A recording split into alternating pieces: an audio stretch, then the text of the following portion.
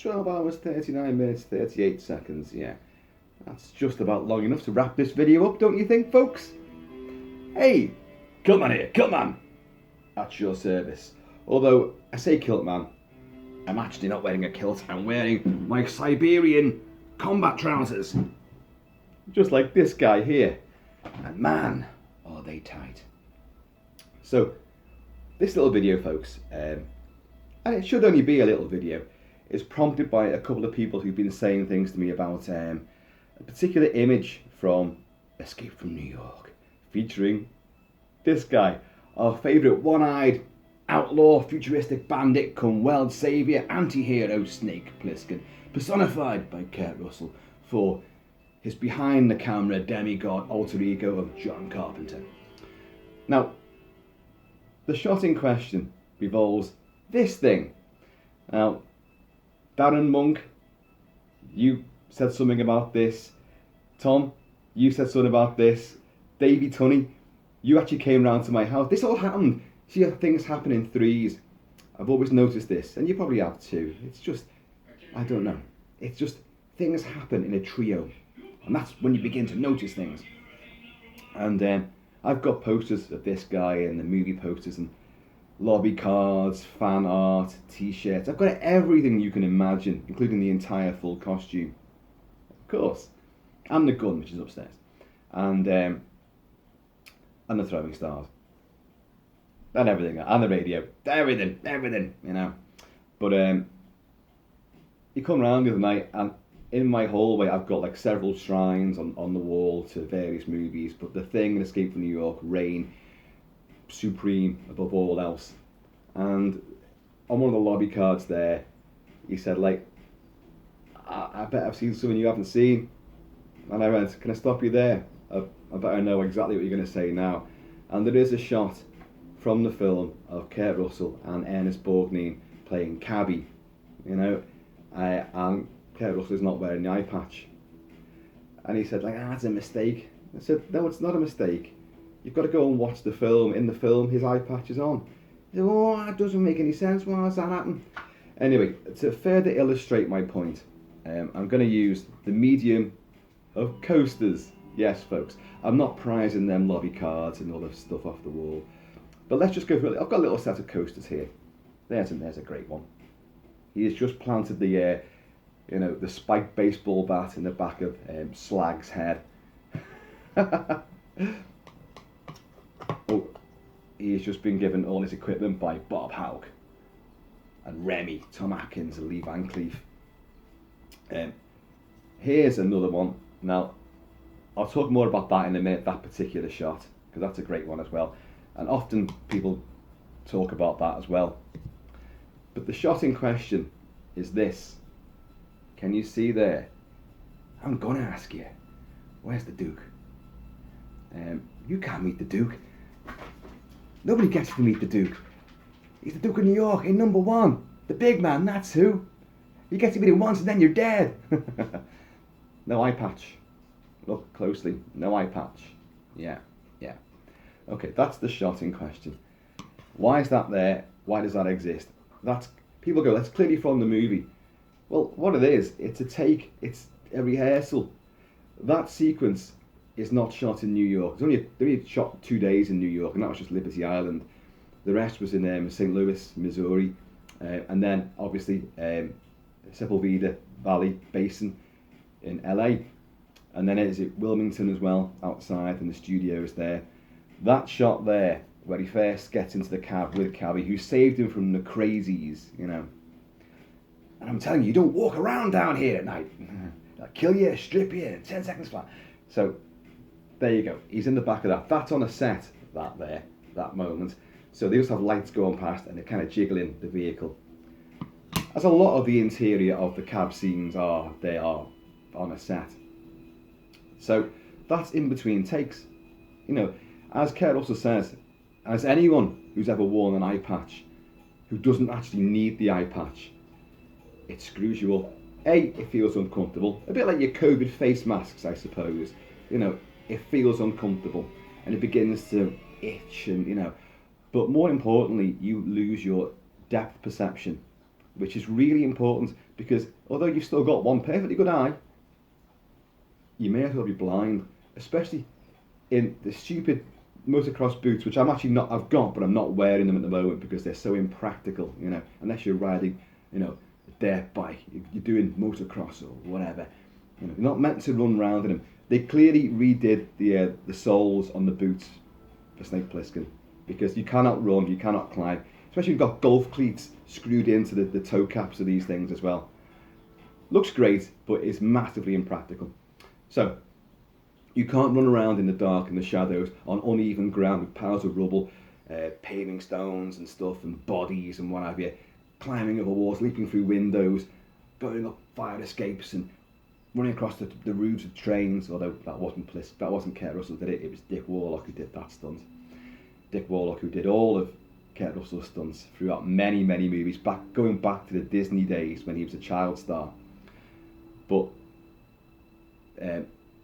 so your depth perception is gone. So you're running into things and you're getting headaches. You've got no peripheral vision here. You cannot see. For a stealth operative, it really isn't the best thing. You know, you will not be the best guy, you know, on the mission if you've only got one eye. It looks uber cool, but it's so impractical. But anyway, so between takes, obviously he would take the eye patch off. Of course he would. You know, and so they'll do a little run through, camera set up, right, let's just go through that scene again. Right, okay, that worked, brilliant, like a bit of improv there, brilliant. Right, put the eye patch on, action. And that's how it works. Now, I thought, well, I've got the book, the great book, On Set with John Carpenter, the photographs of Kim Gottlieb-Walker. Now, she was a stills photographer on 5 John Carpenter movies: Halloween, The Fog, Halloween 2, Escape from New York, and Christine. And all their pictures are inside this fabulous book from Titan Books. I've had this for a few years now. I think I got it when it first came out. It's a wonderful, wonderful book. So I thought, oh, hang on a minute. Well, there's loads of like publicity shots and stills. Her job is to take portrait shots too. And the idea is it's marketing, it's promotion. And they take these immaculate pictures in colour and black and white. And these are meant to sell the movie. Obviously, they appear on posters and lobby cards and all this sort of thing. So my money is on that she took that picture. However, it's not in the bloody book, is it? But the stills photographer, they don't just work as promotion. They work as like almost like a kind of continuity as well. If you can hear things taking place out there, my husky dog, which starred alongside Kurt Russell in The Thing, is devouring the remains of her dinner, and then whatever else she can find. Like my wife's little plastic plate which had toast on it before, the dog is now ragging that round all over the place, getting every last little tiny crumb off it. But yeah, continuity. Now, you have people who do continuity on a film set. They work, what was the costume there, where was the cut on his arm there. So if you film on one set of days and then you come back, say maybe a week later, you've got to pick up from that shot was, these continuity images are going to help, obviously. So the continuity guys will take close-up pictures to know where the little scar or the bullet hole is, or the tourniquet around the leg is, whatever. But Kim Gottlieb-Walker and her still photography doesn't just do that. Her particular artistry also is that she captures the mood, the scene, the lighting, and the look on a character's face. So like, for example, Kurt Russell, you know, looking mean and moody, you know, he's just lost Kurt Russell's then wife, Susan Hubley, on the set of the chock full of nuts, the crazies have pulled her through the floor, and then he said he had to run for his life. Then he's met Cabby, and then we have that scene, of course. But so to capture that mood, that, you know, that look on his face, he'll look back at that. Carpenter will look back on that. Cinematographer Dean Cundy will look back on that, get the lighting, get right. That's how they remember how to pick up these things and maintain that consistency of mood and atmosphere. It's very clever stuff. I am going to move these guys out the way for a second. Aren't they awesome? Shame they mucked up the camo pattern on that, but otherwise it's a great figure. And that figure from Sideshow is wonderful, except the face, which looks more like Taylor Kitsch than Kurt Russell, but the rest of it is fabulous. It's a nice little thing as well. And that features the photo I was mentioning before, which is that one, which I'm going to show you. And that's like a little fake newspaper from, you know, is Snake Plissken really dead? The Duke of New York, #1. Super fight coming up with Slag. Rotten to the core in the Big Apple, like. And a little thing about the president, Donald Pleasance. So let's get to this. I could spend a while showing all the pictures in this book, but we're only going to go to the Escape from New York pictures. So let's have a look here. For example, there's a scene where he goes for Lee Van Cleef. Take him out now. He's just been told that he's got these 2 microscopic capsules in his neck, his arteries, which in 22 hours they're going to completely dissolve, and not high explosive, but the size of a pinhead, just big enough to open up both your arteries. As you can see there in the rehearsals, there is no eye patch on. Yeah, quite clearly. So you know what I mean? You're getting the gist here. There are many pictures in this book where he is not wearing the eye patch. There it is, Kurt Russell with. I'm going to have to move you even more, young man. I am sorry about that, but you know, it is the way that it is. That looks good, doesn't it? Let's do that. Can you see in here? There's in the set for Chock full of Nuts, the hole in the floor which Season Hughley will be pulled down. There's Kurt and Season, you know, canoodling on set. There, if you look at this, is John Carpenter with an imaginary Ingram Mac 10 showing Kurt, you know, in that direction, and Kurt obviously, you know, enjoying that. No eye patch on, and there's many more shots like that with the no eye patch on. So it's just because literally 3 people in recent weeks, in fact, well, one was just the other night, mentioned this. Oh, I've seen this. One was in a beer garden as well, and he went, I've seen an image. You're not gonna like it. It's Kurt Russell from York, and it's Escape from New York. He hasn't got the eye patch on. It's a mistake in the face. It's not a mistake. I knew.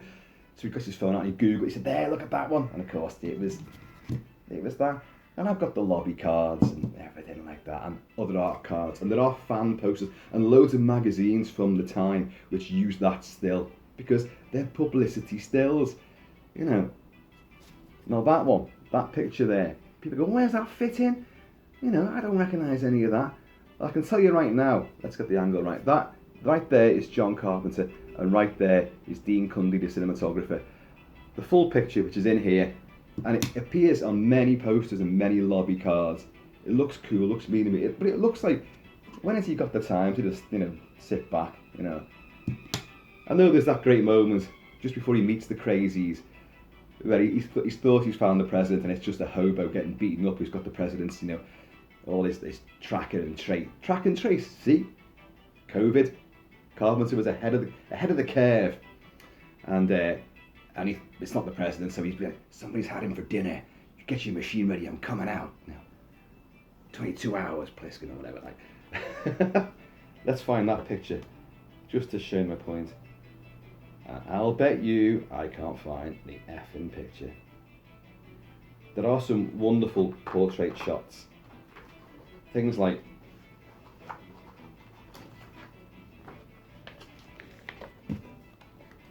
Adrienne Barbeau, Maggie. Kurt again without the eye patch on, with Kim Gottlieb-Walker, the stills photographer. See, the other films that she did are covered in here, but they're worthy of a separate video again. But I just need to find that picture just to show you. Other pictures came out as well, and they have pictures of Snake running through streets, because there are many other deleted scenes apart from the famous bank robbery at the start. After he kills Slag and everybody, you know, the president's gone, Brain took him, and everyone floods the streets to try and capture Brain and the president. And then Plisken goes on the lam to go back to the World Trade Center where the glider is.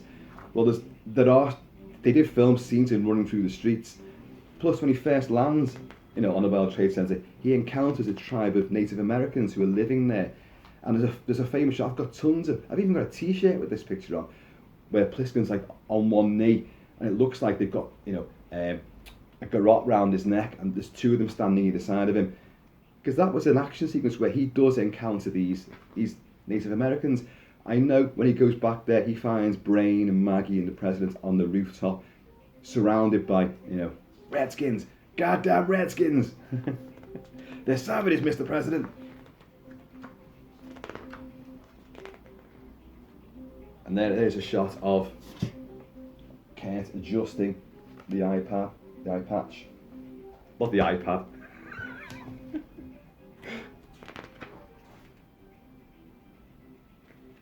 Well, that's odd, isn't it? I've just found that very picture, but again, oh no, here it is. There's that picture I just showed you. There's John Carpenter, and there's Dean Cundy, right there. Can you see? And you can see why they kind of cropped that in to give a mean, moody shot of Kurt. Now, of course, that's what I'm saying. So she takes those shots on set. Just stand there. We'll take a portrait shot. But you've captured the light, that blue aspect, that mean look, the length of the stubble on his face. You've got all that there. So when you go back to that scene, you look at those shots, not just for the director and the cinematographer and everybody else who involved with it to get in that moment again. Primarily for Kurt, I would say, to get in that moment and right, look at it. Okay, right. I'm in there. I'm in the zone. Frank Doubleday as Ramiro.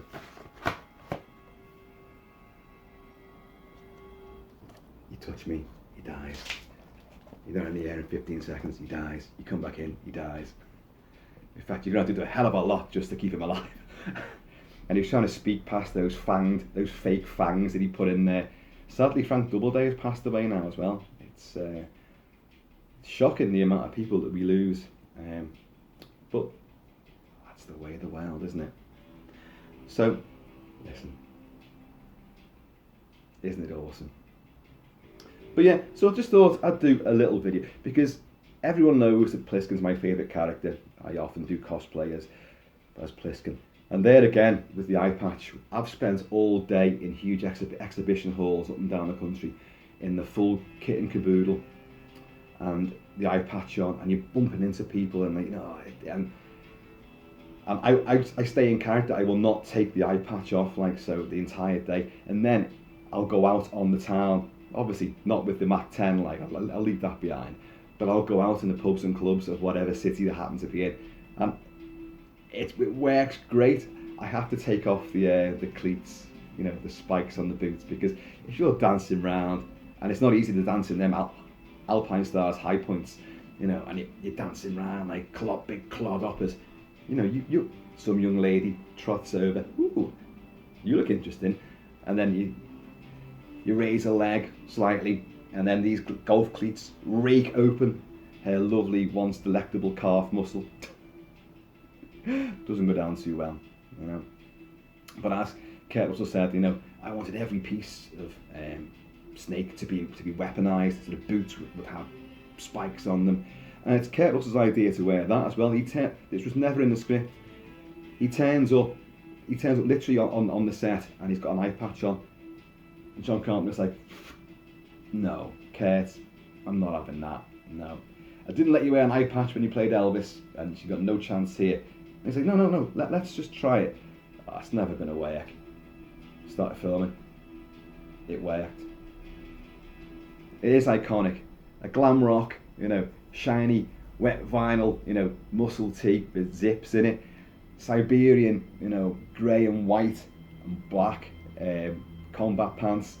Massive motocross boots with a gazillion buckles on them and spikes. An eye patch and hippie hair. And the world's most battered leather jacket, which I have as well, of course. And by the way, you've got to remember, he's running around all those sets and locations, and he's got, for a long time, he's got the tracker on, and he's got this on. Now, I know from wearing this all the time that you're terrified of smacking into a wall or something and breaking that. No, they have had other props, obviously. The working one, the fake ones he's running around in. But if you've got this and you're out and about, the last thing you want to do is shatter that, your smart device there with your countdown. Let's see how long we've got. Yeah. So, but yeah, folks, I thought I'd just do this little video just to address this, you know, so-called discrepancy, filmic goof, which isn't. There are shots where you can see Kurt sort of trying to peer through, you know, the gap. He wore different eye patches. One would have perforations in it so he could actually see. So they'd be for the shots where he's running around. But even that, he's still not getting the full picture, as it were. And then in close-ups, it would be the full one. And they put padding behind it as well to try and ease the pressure around his eye. Because, you know, there's a lot goes into wearing an eye patch, folks. It's got to be said. So, anyway, folks, there we go. I've exorcised that little demon there. Exploded and debunked that little myth of the PLISSKEN goof that isn't. Go back, watch the film. He's got the eye patch on. End of. So, folks, please do take it easy. Be happy. Be healthy. Try and keep hold of both eyes if it's all possible. But if it isn't, an eye patch is still uber cool. And just take it easy out there. Be safe and have fun, y'all. And I'm going to see you, if I've got time. Yeah, I've got time. Laters.